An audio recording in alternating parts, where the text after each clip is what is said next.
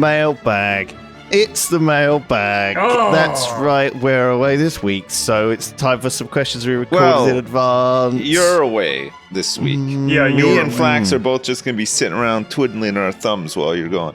Maybe we should get a guest Where the in. hell are you going, if you don't mind me asking? Yeah, where the hell do you think you're going? I'm going on holiday to the Canary Islands. Oh, they're very nice. Man. It's gonna be the rainy season. With O's. By the way, it's a joke. It never rains on the Canary Islands. Sorry, carry on. Also, I'm going, so the four of us are going. O's, her man, and her mother, lady. Why are you there? And you. No offense. Are you as old as her mother? Well, I was going anyway. I always try and go away somewhere for a week before Jingle Jam. Oh, Usually with someone, Right. but sometimes on my own. And in this case, Oz was going anyway, so I was like, "Oh damn, I'll just stay near you." And You then just we can have dinner invited yourself sometime. to their holiday. That's Yeah, basically. You just tacked on. I kind of elbowed my way in. It'll be fine. It's fun. It's nice when there's more people to hang out with.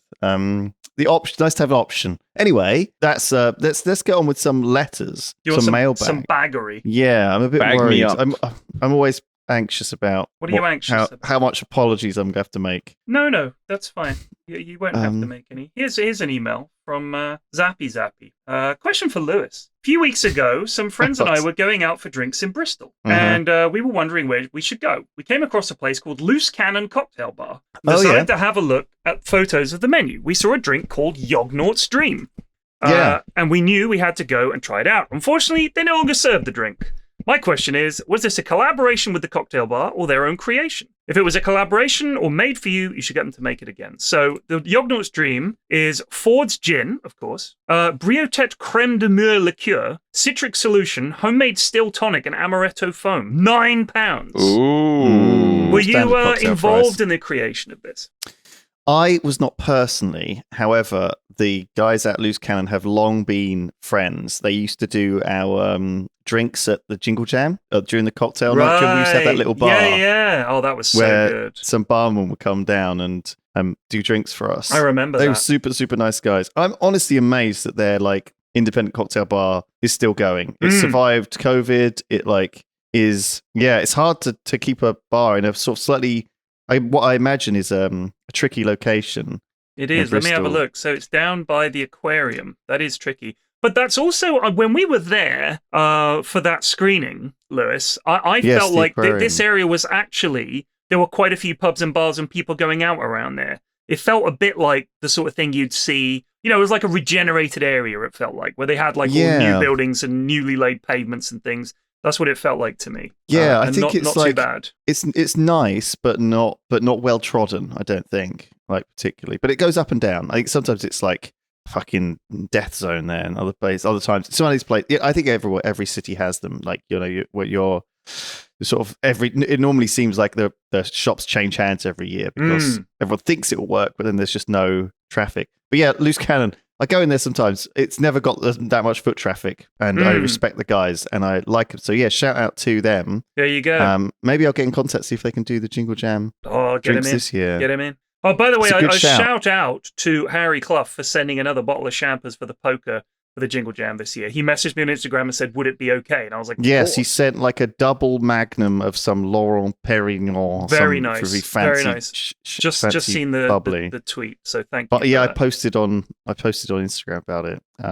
So yeah, we haven't drunk the last one from last year, but Ravs is going to open it during the night one of Jingle Jam. Wow. What do you mean? Because Ravs won the bottle of Bollinger last year, yes, but he didn't open it at the time. So we're going to open it on the night one of nice. That's nice. Okay. During the Jingle Cat stream. All right. We got a few fun things to do during Jingle Cats. I think that'll be one of them. Okay. Cracking open the old double magnum F1 style, spray it over everyone. God damn! Don't spray it. Just drink it. It's a waste. Here's just an spray email. A little. Here's spray an a email little foam. Titled "Perspective as a Bisexual Woman." In the Triforce Mailbag Special 22, the idiom "tall, dark, and handsome" came up, and Pyrion mentioned that he didn't think women found blonde men as famously attractive in general.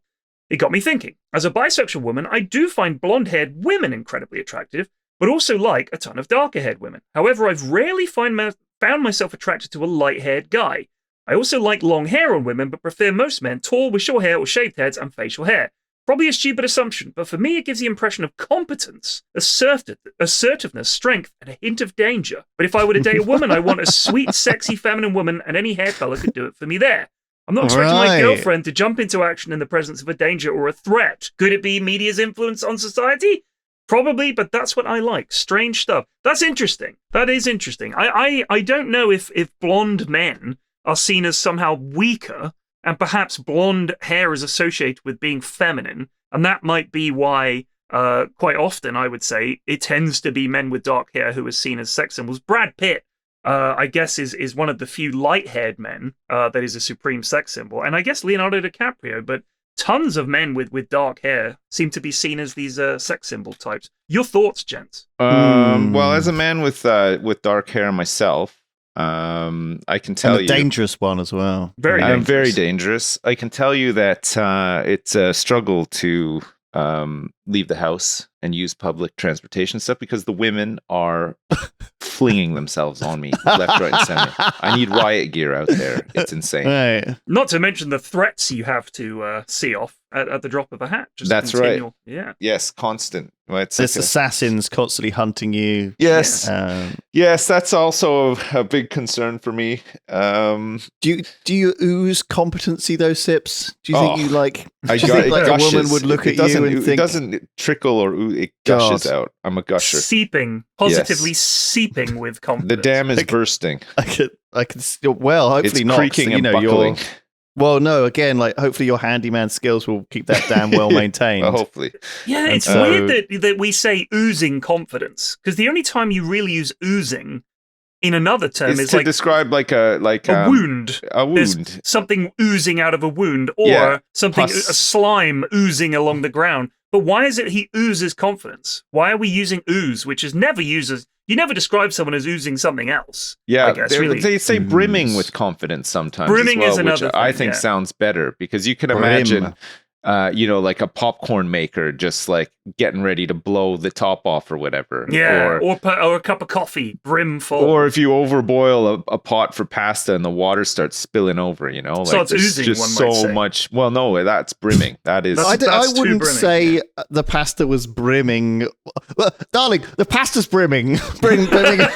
Well, no, you wouldn't. You'd be like, holy fuck, there's boiling water pouring out, or you would. I just don't think it's used in any other There'd context. be more urgency to it. You wouldn't be, smoking a Shangri-La and just saying, darling, it appears that the pasta's brimming. What's a Shangri-La? I don't know. Oh, I see. I don't know. All right, this is from... It's like a Jamaican kush. It's like a... This is from Juiced or Used. Hello, gents. You are familiar with the French toast, I assume? The Dutch word for French toast is wenteltiefjes. Of course. That's my attempt at pronouncing it. Sorry, have we just got into like clown Did you say mode? wankeltiefen? Wenteltiefjes. When translated literally, wenteltiefjes becomes revolve, bitches. Nice. Which is interesting. That's an interesting email. Very short email about a Dutch word. That's it. Thank you, Juice. I appreciate those kind of emails. Wenteltiefjes. Wenteltiefjes. Nice. I've had a lot of emails about dates. Right. A lot of emails about dates. This is titled STI Date Scare. Oh, Hi, Pyrion. no. Was on a fourth date with a guy, and this was the point we were going to fully hook up. She means have sex. We fooled around a bit on previous dates, but didn't go all the way because he didn't have a condom and I'm not on birth control. Right. We go to his bedroom and he gets on the bed and I just fully undress right there. I feel dirty already listening to this story. He says something like, "Oh, we went from nice French toasted Dutch to like the seedy STD story." Okay. We're getting around to it. He says something like, "Oh, we're getting naked already?" To which I reply, "I'm effective like that." And maybe it's a language thing, but I meant it like, I am efficient. I'm not wasting time. I maybe could have said it another way because what he heard was, I am infected like that. Oh my God. And he freaked out, and then they got down to business anyway, but she's still haunted by it. But I am infected like that. I am infected like that. Nice. All right. Nice. This is one for Sips. read Triforce. So it turned out fine. Wow, Yeah. we really move on from these fast. I'm like getting whiplash. I'm getting Triforce whiplash. I'm still processing the Winkle chief. Yeah, exactly. Yeah, but I don't want you to dawdle on these throwaway emails. They're just entertaining. It's like an amuse-bouche before we get to the longer ones. This is Sips's poo smear safety strategy. Oh, for fuck's sake. Right. God, hang on, I need to breathe. Last podcast, Sips made a point about how crazy a person must be to smear themselves in poo regarding the prison stories. Yes. However, Right. a very past podcast, you all spoke about defense strategy in a home invasion. Right. Sips said his strategy was to confuse and creep out the intruder. Thus, he went on to explain he would wait in a dark corner, cover himself in shit, and when revealed would say the phrase, "I've been expecting you." Very dangerous. So maybe so there you go. Oh man. Well, there you go. I don't remember saying it, and but that was like a fictional kind of situation. a situation, Right. You can get loose and free with it. That's not a realistic situation in my eyes. So I probably. So you're telling me that the advice from the official sort of police is not to just cover yourself in shit and hide in the corner. I don't think that's ever come out. No, I don't think you want to do that. No, really. I don't think that there's no self-defense thing where they suggest, right, step one, you got an intruder in the house. You want to get your dookie out, really rub it on your chest. We suggest you keep a Tupperware of your own poo always in the keep fridge. a spare. My daily carry involves a gun and a tub of shit, just in case. Do you want another one? Because this one is titled Triforce, Help My Willy. Yes, move on from that one. Yes, Okay. when it's one that we need to move on from. All right. This is guy asking for help with his willy. This is an interesting problem. I feel like I'm the best person to sort this one out. Well, I certainly hope so. Hey guys, long-time American listener here. Just wanted to hop on the dating topic that's taken over the podcast. Much like Lewis, I've also been on the grind this year, going on more Hinge dates than I have in the rest of my life. As someone who has some real social anxiety and gets boners when a gust of wind passes through, I've really struggled to help myself into even giving the girl a hug because of the steel rod that materializes in my pants. Oh, wow. Listen, that could be a big icebreaker. It's quite embarrassing. Well, if he needs to break some ice, you could use an erect penis. She could be like, "Hello, sailor," and you'd be like, "Yeah, I know." He's standing at attention already. Well, he'd be great in like the North Pole, with the gale force winds, gives him the boner, and then the icebreaker cracks through it. Get him on the front of one of those, tie him to the front of the ship. Ice piercer. Snow piercer, go. He says here, but apparently girls can see it as a huge compliment or be completely disgusted, which is it depends entirely on the situation. Yeah, I think so. I suppose. I want to avoid the latter as much as possible, but don't want to come off as disinterested.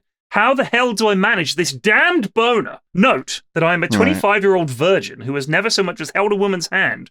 Progress has been very slow, to say the least. I can see where the boner issues are coming in now. Is this just a fake issue I have made up in my head? Well, the head of your penis, presumably. If ideas are brought up, this is what I've tried. This is what he's tried. These are the 4 things that he has tried. He's tried 4 things. Oh my god, okay. So I have done a wisdom wank beforehand. I've never heard of something called a wisdom wank. It's a classic American Pie style idea. Okay. So the idea is the idea that before you go on a date, you jerk off so that you're not too horny when you're on the date. Exactly. That's right. Yeah. Right. I've tried the waistband trick. I think that's where you tuck it into your waistband. Tuck it into your waistband, yeah. Have you guys ever done the waistband tuck? No, I don't hug people while I've got a boner unless I intend to do something. No, but there's been situations where you've had a boner and you've had to go upstairs to go to the bed. Like you've had to pass like a room that like your parents are in or something, Like, what I will do is if I have like a jumper on, I'll take the jumper off and carry it. In such a tie situation it around your waist. No, where it just looks like I'm carrying something up the stairs. Oh, yeah. Like as camouflage. Yeah.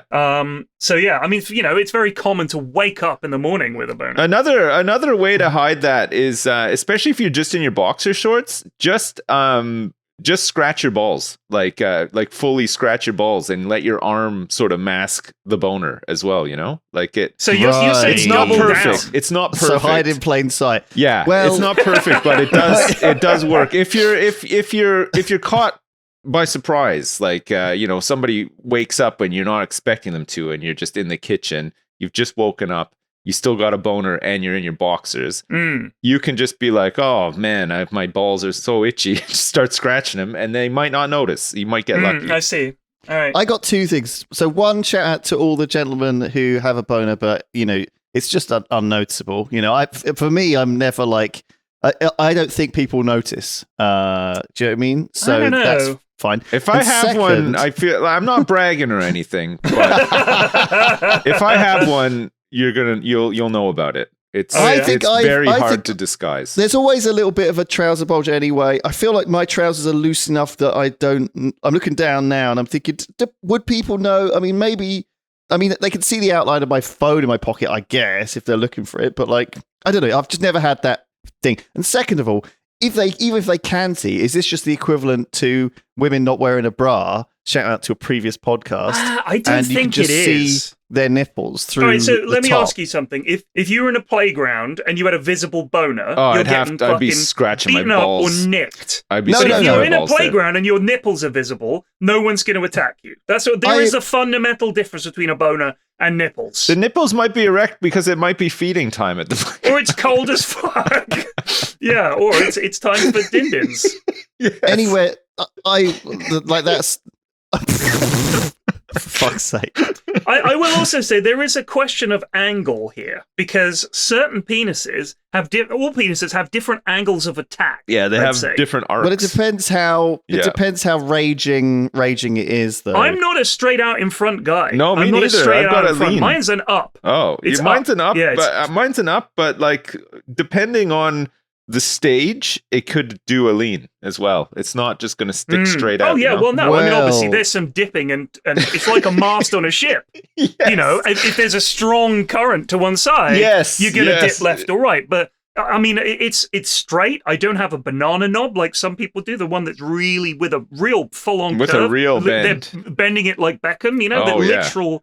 Fair enough. No penis is perfect. They're all wonderful in their own ways. But certainly mine is not. It's because it's up. The tuck is quite effective. Yes, the tuck. Yes, it's very good if it's an up. Yeah, you can if really you have do a it. straight ahead, I mean, God bless you. I gotta say though, I don't think I'm getting a boner if I'm holding hands or hugging someone. Are you a 25-year-old virgin? Clearly not. I wish I was. This lad is, right, by own admission. So is gonna, I think, is so keen. So maybe find somebody. Maybe get with somebody who isn't going to put a lot of pressure on you sexually to begin with. Like maybe like a Mormon or something. Just practice holding hands until you're really comfortable holding hands without boner, right? And then you can sort of, that can be like a goal that you work towards. And once you've achieved that goal, drop her like a hot brick and get with somebody who's ready to go to hit a home run. Yeah. All right. Do you have something to add to this, Lewis? What could you possibly add to this? I think don't worry too much about it. Like it's a nice thing, I think. Yeah. And, there you go. And you're lucky to have that problem. Yeah. Not a problem. You'll be grand. Don't work too hard. Don't like. At least everything's working down there. Don't panic about it. But then again, maybe if you panic about it, the anxiety will get it to go away. So maybe actually, no, that's not going to happen, is it? I think just try not to worry. I think the first person that this guy makes out with is going to need to wear a helmet, though, because I think she's going to get blasted right off the couch. Like one of those, like a fencing mask, like the ones they wear in fencing. Yeah. All right. Yeah. All right. This Jesus email is entitled Pronunciation. Listening to you talk about the transfer bus story, which was in a previous mailbag, I said that I got on the bus. Oh yeah, transfer. I was just I was just talking about this recently because we had a very fun train adventure through France. Oh yeah? Yeah, we took trains to get to Disneyland when we went. This is the first time we've ever taken trains and a boat. Normally we would fly, but we saved so much money not flying. It was insane. Like I'm talking like thousands of pounds in savings. Wow. Yeah. From Jersey to France cost thousands? It's crazy. Yeah, it's so expensive because you got to go through London first and then over to... So it's 2 flights and it's 5 fares. It's full fare for a 2-year-old now. Wait, I've got a question for you, young Chris. You can't fly from Jersey to France? Nope. Are you fucking serious? In the summer months, sometimes you can. They have a small flight from Jersey to Rennes, but it's right there. I know, but you just can't do it. You can see France from Jersey. Yeah, it's 14 miles away. Well, that's why you get the car ferry. Yeah. Yeah, but, you should just never fly. I mean, you could swim that. This is why I'm saying, now that we've done our train adventure, we're sold. We're going to do it again because it was great. Like we took the TGV and everything. It was awesome. Le très grande vitesse. Yeah, that's the one. And it was really nice. And we were talking about transfers because we both used to live in Ottawa. My wife moved to Ottawa, and in Ottawa at the time, they didn't have light rail. It was all buses. They had a transit way for the buses. It was actually a pretty good public bus system, but they had paper transfers. So you could ask, when you pay for your fare, you could say, "Can I have a transfer, please?" And they give you a paper transfer that had an expiry time on it. So it would be good for like an hour or whatever. And then you could use that to hop onto another bus line from the one that you're on, sort of thing, right? And it worked pretty well, but I don't know if it exists anymore because this was like 20 years ago and it was paper. I guess people just use their phones or cards and stuff now, so maybe it's different, but I was a big fan of the transfer. I got many transfers in my time. There you go. Yeah. Well, anyway, the email says the McDonald's. Oh, so this reminded me of a story of living in Korea. The McDonald's in my area was a handy landmark for taking taxis. But if I said McDonald's, the local taxi drivers would be nonplussed. To make it to my destination, I had to ramp up my stereotypical Asian accent and asked to be taken to McDonald's. Always felt a bit guilty doing so, but that's what it took. That is interesting. That is interesting. You have to say McDonald's, or they're like, "Oh, I don't know what you mean, mate." Yeah. I wonder if people come to London, they say, "Hi there, buddy, take me to them Houses of Parliament." And they're just like, "Don't know what you mean, mate." Yeah. Surely you could figure it out. It depends. It's like anything. It really depends on who you get. Yeah. Well, no, but like in Japan, McDonald's and Starbucks, that actually is their name. That's Korea. McDonald's and Starbucks or whatever it is. Like, it is actually called that. Is it on the signage? Well, yeah, it's in kanji, pronounced like that or whatever. Yeah, so it is. I had when I went to Japan, I went to a Subway and nobody there spoke any English whatsoever, but they were very accommodating. I just pointed at everything and they got my order right and everything, and they seemed very happy. And I was very happy, and it was fine. So, interesting. If I can do it, anyone can. Well, that wasn't the point, but yeah. I literally pointed at everything. Like, she'd be like, and I'd be like, pointing at tomatoes, like, really point those ones. Those. It was great. I will just say, the French get it easy, really, because they can call their trains le très grande vitesse, which just means the very fast. Yeah, speed. If we brought out a train and just said the very quick, we're calling it the very quick train, you'd be like, fuck off. You couldn't come up with a better name than that. Well, no, because what they do is they'd say, "Oh, yeah, we got this new train line, and we want the public to name it," and then it would be called Trainy McTrainface, and then and that's far worse than calling it just Very Fast Train or whatever. I agree. The thing is, they don't call it Very Fast Train; they call it TGVs because like it sounds cooler, right? Like, it does. Nobody refers to it as the Very Fast Train; they just call it a TGV. But they're like in awe of this thing. It's not très grande. It's train grande. Yeah, it's train à grande vitesse. I always thought it was très grande, like very fast. This is from Sean. I'm a gardener in Leeds, Yorkshire. Hence the greeting. Oh yeah, he says A up. A up. By all means, do the northern accent. Oh, it's a very long email, so it's a bit much. My job title sounds uninteresting. I admit the work I do is about as interesting as the title makes it sound. The title is boring job, interesting job. So right. Okay.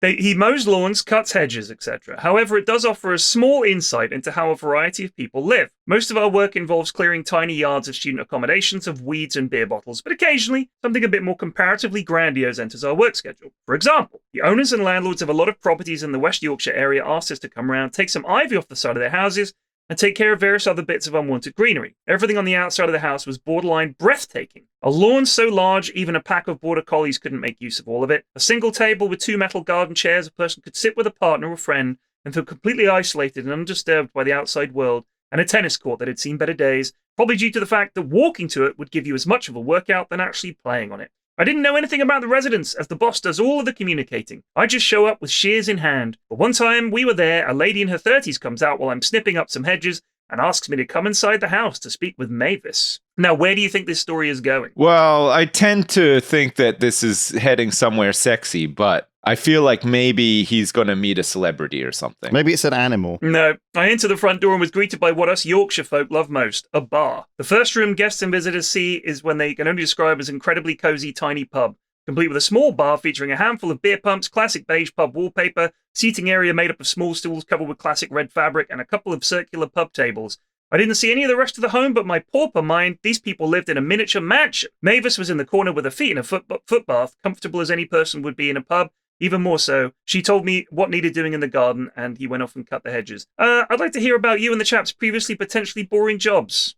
Well, there you go. Thanks, Sean. I really thought that story was going to go somewhere. I never met somebody in a small pub in a house. That's for sure. That's a story worthy of me telling on this podcast. Yeah, like I know people who've got a bar in the back of their house. It's not just for rich people. It's like something that a lot of retired people have is they'll put like a little pub in the back of their house. Like I know people who've turned a shed into a pub, and it's not some big fancy rich person thing. I really thought you were Mavis was gonna be like Mavis Beacon from Mavis Beacon Teaches Typing. Yeah, I thought this was leading up to he didn't realize it, but he was tending to like a celebrity's house or something, and he was shocked to find out which one it was. Step up the stories. Step up the stories a little bit. That was very disappointing. Yeah. What stories do we have about boring jobs we had? Man, I've had so some boring many jobs, and they're so boring that I don't even want to talk about them. Yeah. I worked in a warehouse one summer, and a list of things that they needed from the warehouse would come in, and you had to go and put them in a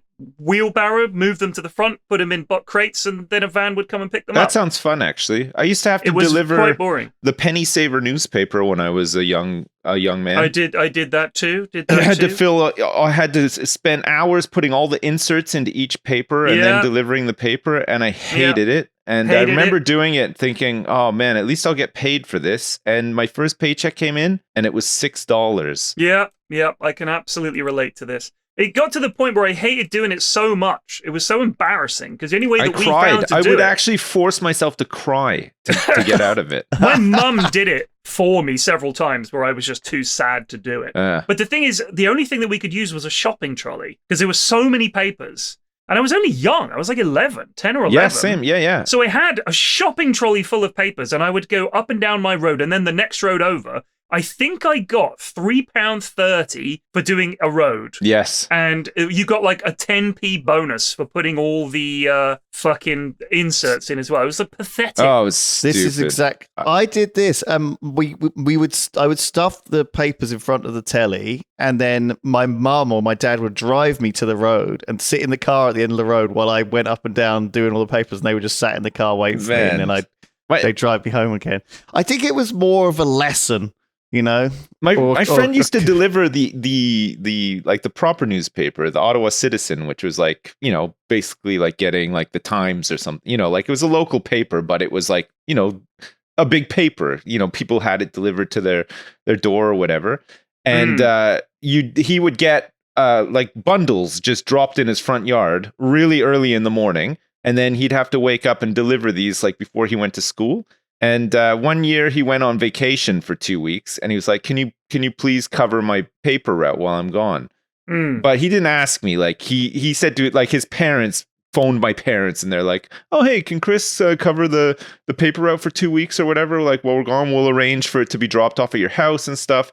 He'll just need to like, you know, bundle them into his bike or whatever, and then deliver them because it's not like my route, you know, like it was his." Neighborhood or like street or whatever. So I had to bike all the way over to his street, and then you had to deliver it to the right houses, right? Because it was people who subscribed or whatever.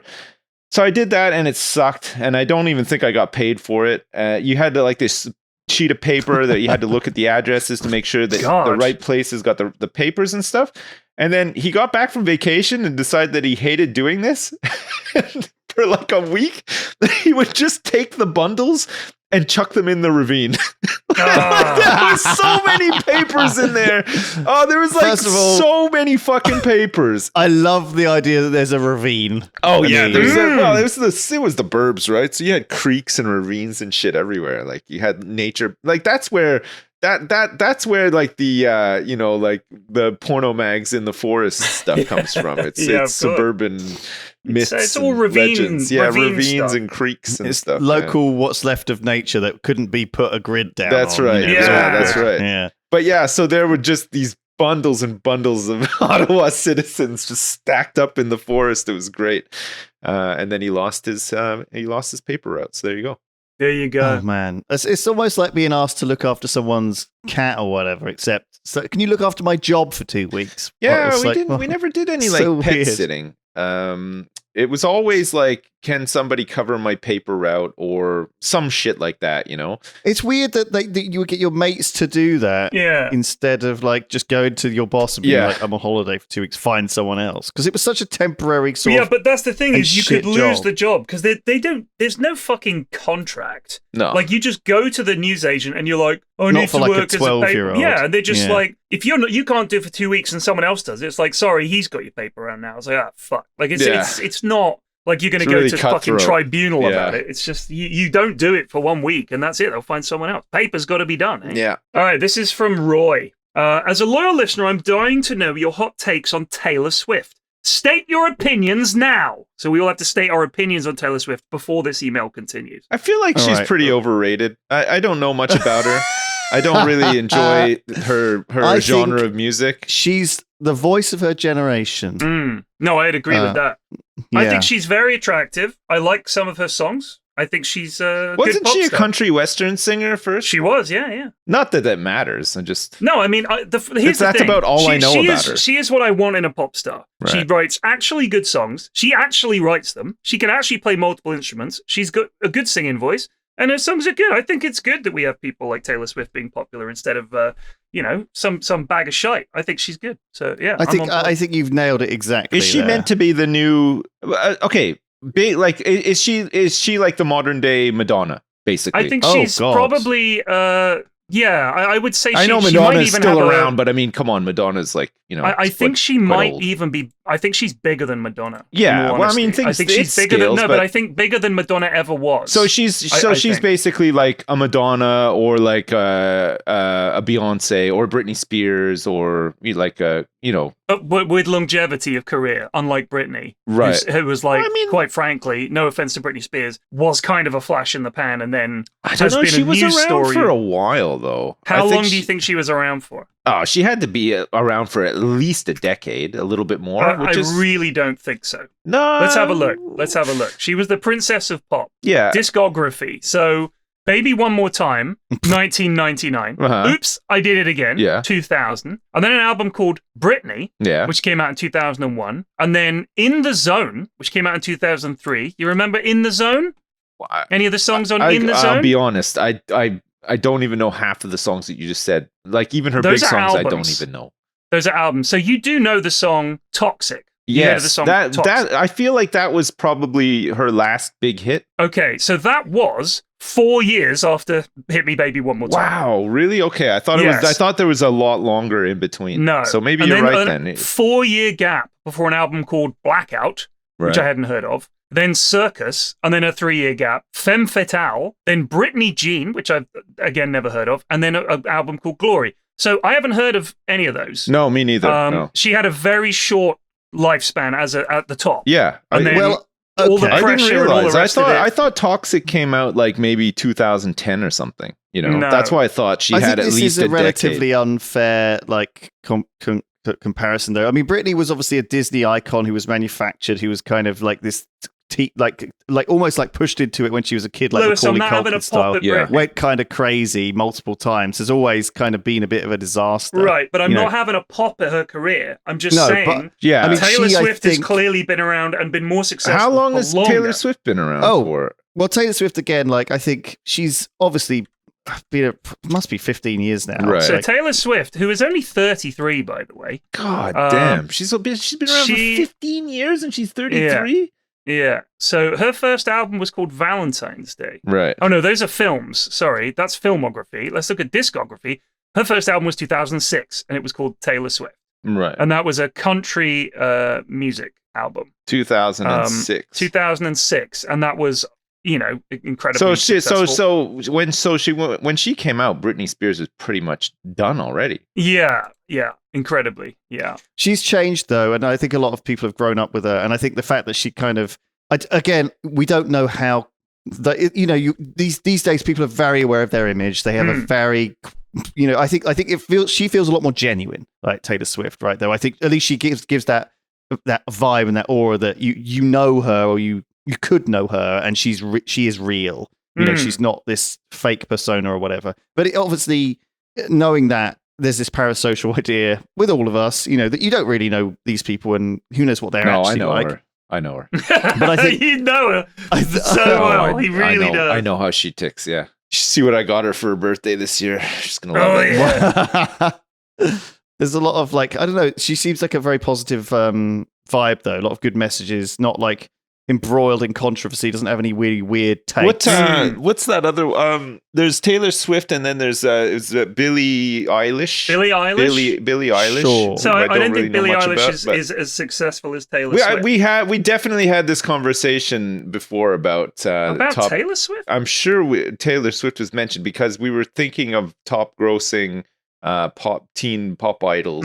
Oh right. And we definitely talked about Taylor Swift and Billie Eilish. And we were like, we don't know who, and we didn't really know any of the big acts. I mean, we thought, some members of this committee. It's not for us. Britney Spears was still going and had a decade-long career. Well, I mean, she is technically still going. I don't know if you've seen any of her latest content. I've not. She's done a really good TikTok video where she's dancing with knives. Oh, God, yeah, taking the world by storm. Whew. And well, I know her book was one of the fastest-selling books of all time. Really? Yeah, her book that just came out about her life and all that has done jolly well, apparently. Anyway, so this is to continue the email. Those were our opinions on Taylor Swift. I've got a PhD in influence dynamics, and I work analyzing subconscious triggers. Good heavens. Wow. Taylor Swift is the god of my industry. Just by saying a word, she can increase the popularity of anything. Like the time she went to an American football game, it became a cultural phenomenon. Jerseys flew off the shelves like hotcakes, and football era took over social media. Wow. But here's the kicker. Cross her, and you're in for some serious internet backlash. Ooh. Even celebs like Olivia Wilde. I'm going to have to look up who's Olivia Wilde. Oh, yeah. Did I mention how much I love Taylor Swift? I just think she's so on it. She's so influential. She's just so ahead of her game and ahead of her time. And yeah. So Olivia Wilde was in House, apparently, and she had a pop at Taylor. Olivia Wilde lost almost half her Twitter followers and lowered her net worth for daring to diss Swift. Her fans, the Swifties, are like an army that takes no prisoners. Another famous slight against Taylor Swift, and I think he did the same to Adele as well.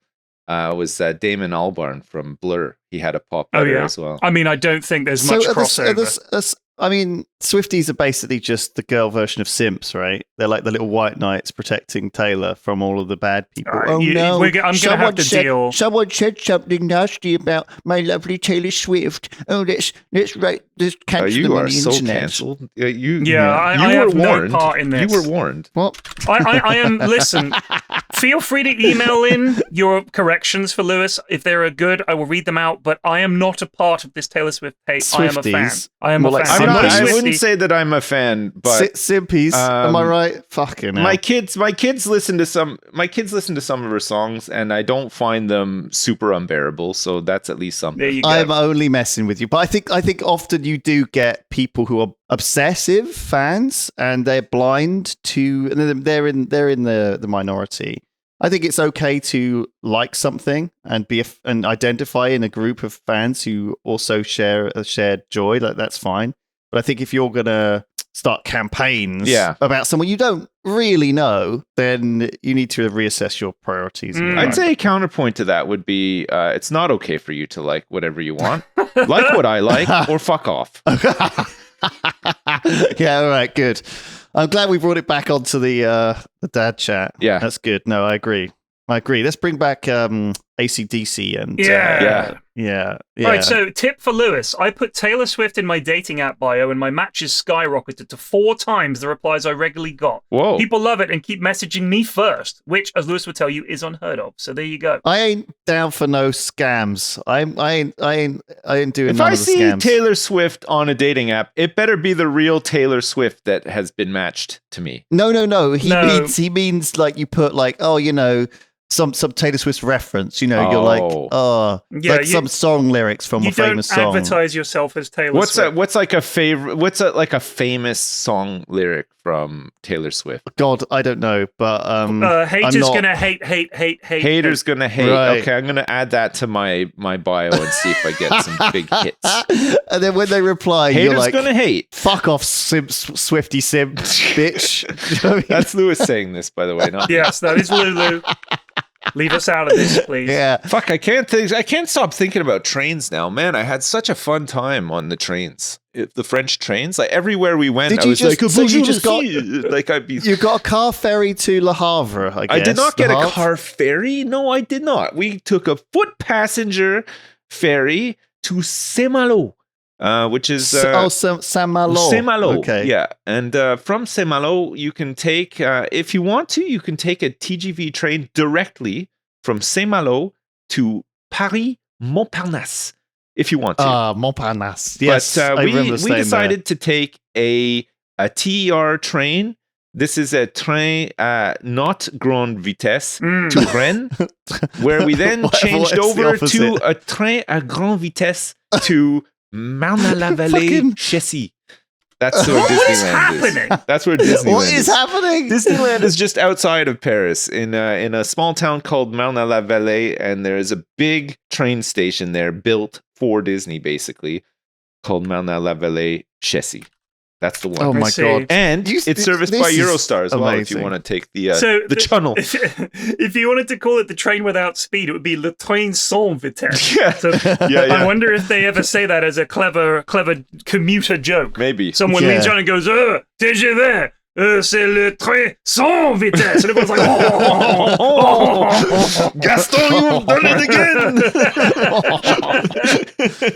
Yeah, I'm sure the trains have as much trouble as they do in here. I've always greatly appreciated and respected Pyrion. That's this email, which is surely not the case. He's a man with an enormous amount of knowledge and strong opinion. Shut up! Although I've never agreed with him on literally anything. There it is, back down to it. Here we go. I feel like you'll have some agreeers with your praise for Taylor Swift, though. If there's as many Swifties out there as you guys claim there is, then I think you might have made some new friends on this podcast. I don't think it's possible for me to make friends. You've cast your net, the friendship net. No. Last episode, you 3 performed a Mad Lib. Pyrion did not know what an adjective or a verb was. All of the respect I had immediately vanished. Pyrion, I bet even your kids know about these basic English terms. I'm sorry. Yeah, they're actively in school at the moment. Last time we went to school was like 30 years ago. Give us a fucking break. It's not a thing I need to know. Really. It is not.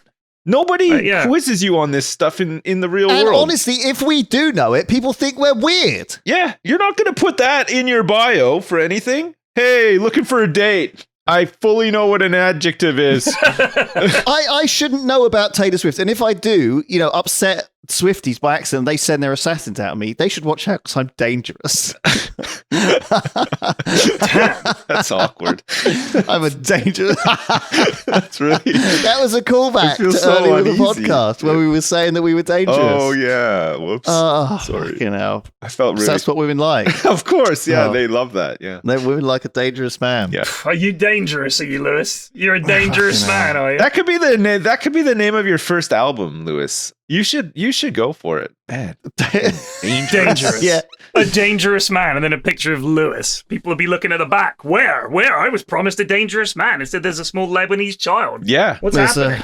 Well, you'd have to do a track on it, P-Flax. I'll do a fucking track. This album sucks. You could do the rapping bridge for every song. I know what a noun is and a verb. I know all the adjectives. It's absurd. Something there like you go. that. Yeah, that's my verse. There you go. I still don't know what a Mad Lib is. Oh, who cares? This is from Jacob. In this episode, Pyrion mentions, this is an episode he's referencing from the August or something. He would like a hand signal for, I need to pop to the loo. I did a TikTok about this. You cross your fingers and hold them up in front of you like you're crossing your legs, like you need the loo. That was the symbol I came up with. I used to work in a very loud factory where verbal communication was next to impossible. This resulted in us creating our own form of sign language. I submit to the Triforce, and specifically, Pyrion, our version of I need to pop to the loo in hand signal form. This is what they came up with. So I want you guys to try this. Take your right hand and form a fist. Yeah. And now stick out your thumb. Yeah. And invert your hand so the thumb is pointing downwards, like a thumbs down. Yeah. Now take your left hand and close it around your thumb, and then drag your thumb in a downward motion, and it looks like a poop coming out of a bunghole. Right. What do you think? No. If I need to piss, I'm crossing my legs, I'm holding my junk, and I'm mouthing, I need to piss. That's it. And if you can't figure it out from that, well, tough shit. I feel like the hand signal that you just described is the way to get beaten up in Italy. It's or so Greece or fucking something. Do you know what I mean? It's such a fucking offensive looking hand signal. It really right? is, like, eh?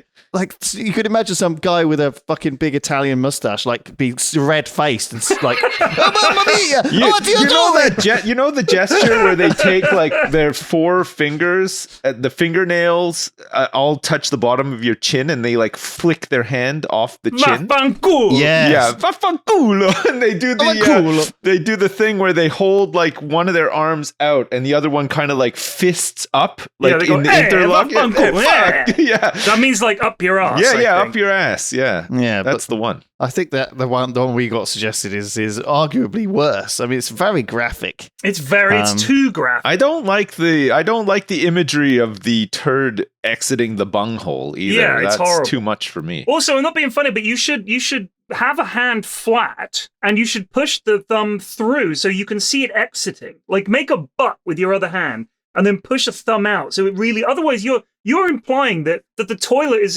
that you're standing up as the poo exits your either way, it doesn't work. You try it at home. Okay, there's two other gestures that I really hate, and one of them is the one where you take your pointer finger and your thumb and you make a hole, and then you use the other pointer finger from your hand to, like, you know, push it in and out, like the sex one. The sex one. I hate that one.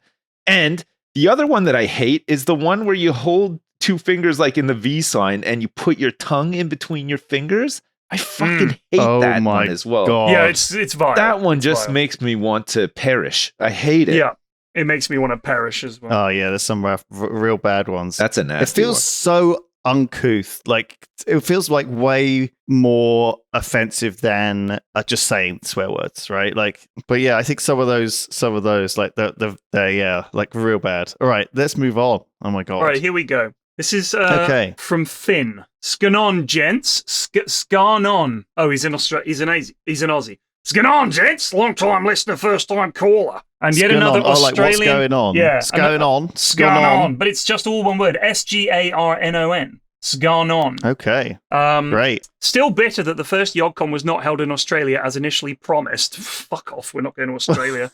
Not to flog a dead horse. It's too fucking far, man. No way. I think somebody said it was a joke. Calm down, Australia, all right? We're never fucking going to Australia. I do need to put my 2 cents in about the whole pub etiquette thing. This has gone on and on, by the way. So this lad lives in Melbourne. Is this about the queuing at pubs? Yeah. But this is other pub etiquette, okay, that I think Finn is attempting to impress upon people. Don't do these things in a pub. Right, okay. Because he works in a pub. Number one, as a general rule, do not put your hands past the bar top to the work area behind the bar. If you're trying to grab a clean glass or a straw, simply wait a few seconds for someone to pass one to you. There's no reason you should be putting your filthy, probably piss-stained hands on my clean bar. What is it with blokes not washing their hands when they take a piss? Good point, Finn. Number two. Right. But, I mean, first of all, who the fuck is reaching around the bar? Who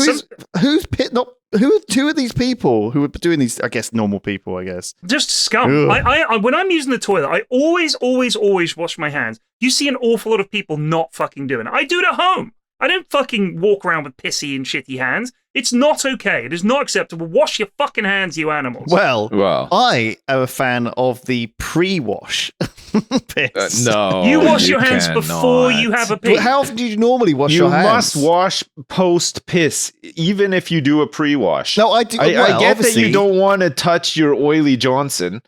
but you have to wash after. It's important. I'm not saying the pre-wash gets rid of the post-wash. It doesn't replace it. Go for a piss in your bathroom at a time of the day where the sun is coming in to your window at a perfect angle, and look at the air in your bathroom in marble. Grim. It's disgusting.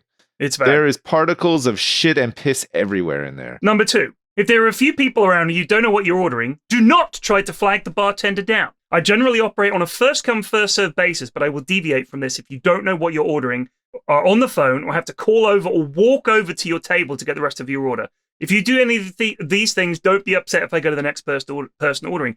Who are these people? Wow. If you come in with your mates and you're not doing, this is number 3, and you're not doing rounds, but all come up to the bar as a group to order, it is simpler to all order at once as a group and simply say to me you're paying separately, particularly when you all order the same fucking drink, as so many of the groups of young lads at my pub do. So they go in as a group and they all want 1 pint of the same thing, but they all order separately because they don't want to do rounds. That's so weird. It's so weird, yeah, there you go. Fair enough, Finn. I mean, I'll try and impress upon our young audience not to do these things. P.S. Knowing that only one of you has been to Australia, that's you, Lewis. Yeah, Lewis is the only one. And only went to fucking Sydney, shits me up the fucking wall. Sydney is a dump. If you want to spend more time than a week there, and Melbourne honestly has the most going for it, like trams. So there you go. Sydney looks nice, though. Go to Melbourne. I've seen some nice aerial shots of Sydney whilst watching Married at First Sight Australia, and it looks fantastic. It looks great.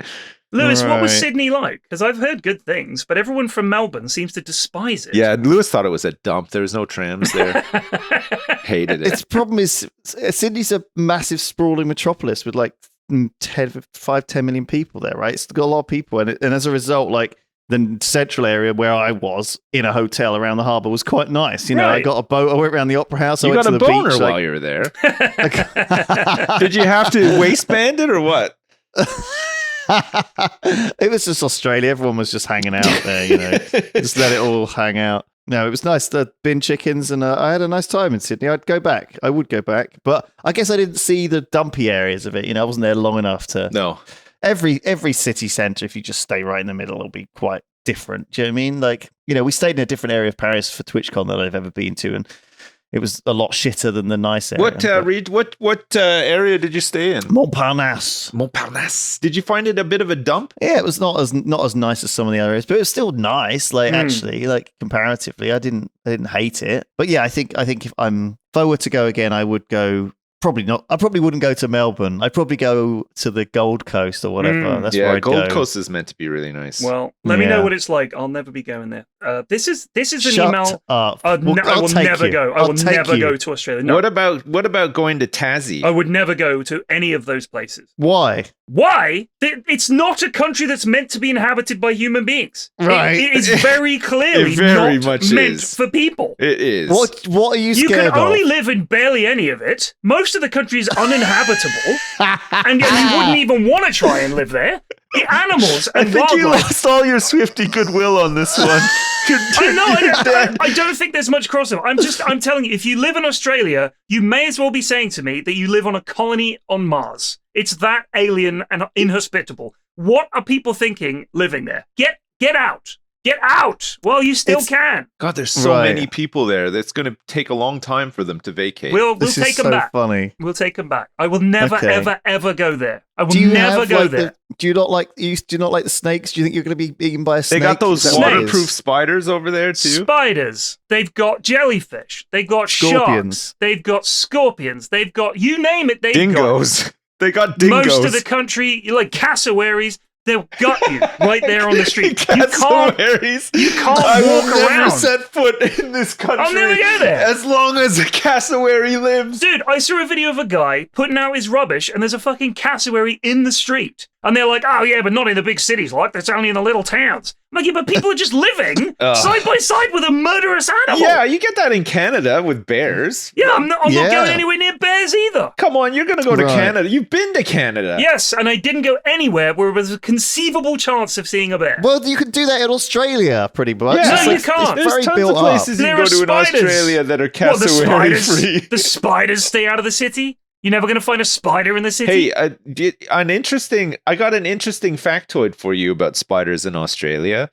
Peppa Pig, when it was aired in the UK, had an episode called Mr. Skinny Legs. Mr. Skinny Long Legs. Mr. Skinny Long Legs. And it was seen as encouraging kids to be kind to spiders and not be afraid of them or kill them immediately or whatever. Classic episode. It had to be banned in Australia because they have so many poisonous spiders over there. Yeah. They thought that kids would be like, oh, hey, Mr. Skinny Legs. Hey, Mr. Skinny Legs. I'm poisoned. Yeah. Why wouldn't I just go to that country where they literally had to remove an episode that implied that spiders were not dangerous? They're so dangerous.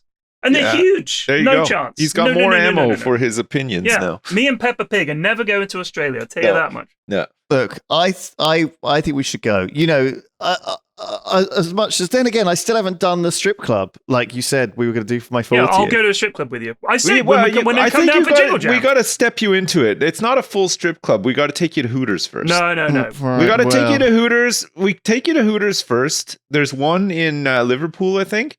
We'll take you to that one so that you can step into that sort of awkwardness, right? Strip clubs are pretty fucking awkward. I want to throw him in. There's a good one in Bristol. We should share our experiences. You know, Pyrion can teach us how to go to a strip club. I can teach you how to go to Australia. Sips can teach us how to go on the car ferry and then on the trains in France. Oh, that'll be so much fun, though. Fuck, let's do that one first.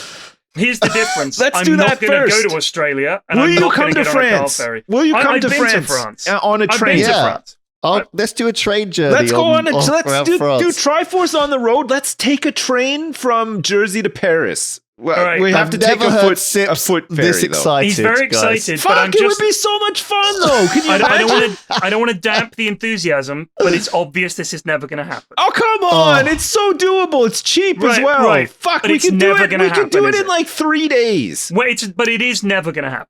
Oh, can you imagine we're sitting on that fast-ass train at a table sipping champagne and, haters gonna hate or whatever. I can absolutely see that, but I'm just saying. Joe will film us. We'll make a little documentary. Oh, come on. We should do it. It would be so much fun. All right. I am absolutely down to do it. Are you ready to do it, Sips? To leave the garage and go traveling with us? Hell yes. Sure? Yeah. Okay. If it means that we can go on French trains, let's do it. All right, then we'll do that next year. Oh, yes.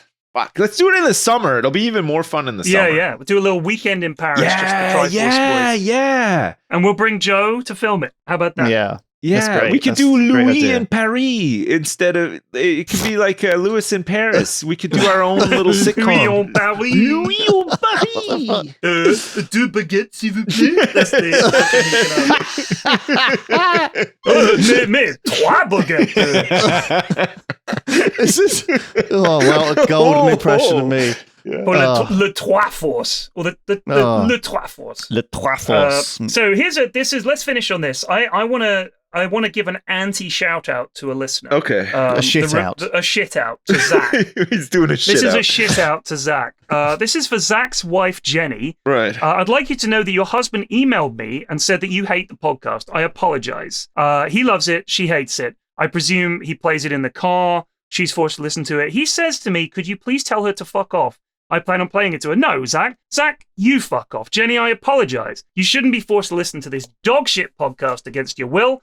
I apologize. Okay, but Jenny, the other thing is we're going to do a French train trip and we're going to podcast the whole fucking thing. So stay tuned. It's going to be amazing. Yeah, you'll enjoy that one, Jenny. Yeah. Why not just get your husband or yourself to invest in some headphones so you don't have to listen to what the other person is listening. Then you can both be happy. Yes, I think that's true. fair. That's good. That's but yes, I'm very point. sorry, Jenny, and to any of the other people out there who have to listen to this podcast because their partner or their friend or their colleague sticks it on and you're forced to listen to it, I would be very annoyed. And you must be as well. And we're very sorry. We're very sorry. Yeah, sorry for annoying you. Yeah, we're sorry. Sorry. But that's just part of the course. Well, there you go.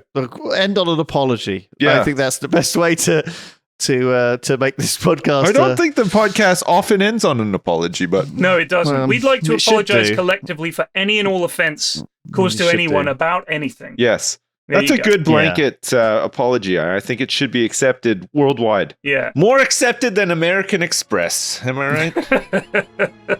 Indeed. Sure. All right. All right, we'll see you guys next time for another mailbag. Yeah, and sorry. Yes. Bye. Bye. Sorry. Goodbye. Bye. Sorry.